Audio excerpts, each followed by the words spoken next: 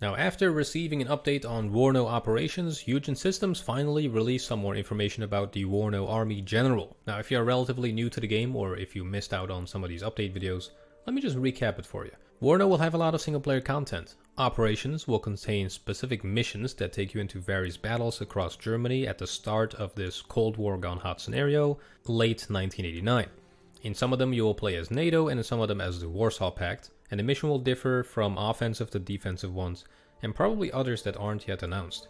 Now, Army General, on the other hand, will be a large-scale campaign that encompasses the entire war, and you will play with a bird's eye view of the entire Central European theater.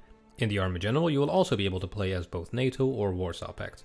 Now, the Army General will be turn-based, playable in single player, versus or in co-op. So yes, you will be able to play with friends and or against others, which was previously not possible in Steel Division 2. Now, with turn-based, I do mean that the general campaign will be turn-based, but conflicts, when you engage enemy units, can be fought either in real time or be auto-resolved. So you will be going into maps that correspond with the region that you fight at and play it out yourself. Now, right now, Eugen says that they are planning to release 4 campaigns for WARNO, but adding smaller additional scenarios are definitely still on the table. But when is Army General actually coming out? That is the main question a lot of people have been asking. And also, a lot of people have been waiting for an enjoyable single-player experience in WARNO, since a lot of people just don't really like the multiplayer environment for RTS games in general, for reasons I can fully understand. Now, Eugen said that as of now, they have a functioning campaign that features the early stages of the war. So with these campaigns, usually how it works is there will be different chapters, and each chapter will be about a specific period of the war. So you'll have one chapter about the beginning, one chapter about the middle, and one chapter about the end. And this will be true for both NATO and Warsaw. In Eugen's own words, they do not want to give the feeling that Steel Division 2's Army General was basically ported over to WARNO, and that just Cold War units were added instead of World War II. Instead, they actually want to add some unique movement and combat mechanics that set it apart. Now, a big change compared to Steel Division 2's Army General is the battle plan phase. During this phase, you will be able to fill up 4 slots to make up your army, which will be combat battalions, artillery support, air support, and auxiliary support.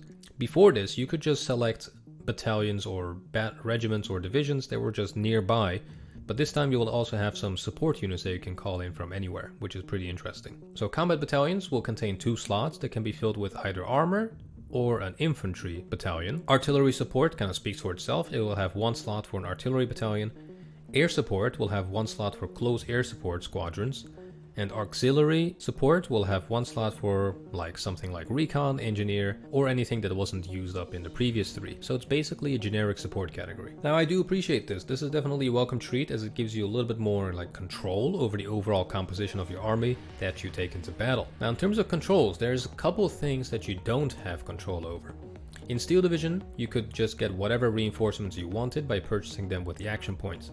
In WARNO, the reinforcements will be fixed according to a schedule, but there are some things that you do have control over. You'll be presented with some choices from time to time, just like in the wargame campaigns. For example, you would be asked whether you want an airborne battalion or regiment or division or battle group, whatever you want to call it, to land behind enemy lines, or if you want a mechanized force to attack a different flank on the front line. Now, one interesting thing about the scale of this game is that although you are on massive maps and on this massive European theater, you can go down all the way to the platoon level, which is quite interesting to me and definitely something new that is nice and refreshing. Now, all these changes together and additions to the Army General hopefully should create a fun experience for the community that wants a single player campaign that offers enough flexibility and replayability. Now, combined with what was promised with WARNO operations, I do believe that the single player aspect of WARNO is looking pretty good. Now, if you want to stay up to date on future WARNO news and updates, please do subscribe to the channel.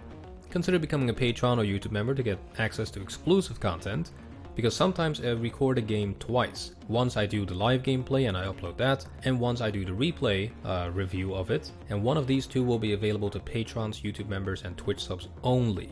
With that said, I hope to see you guys back in the next one.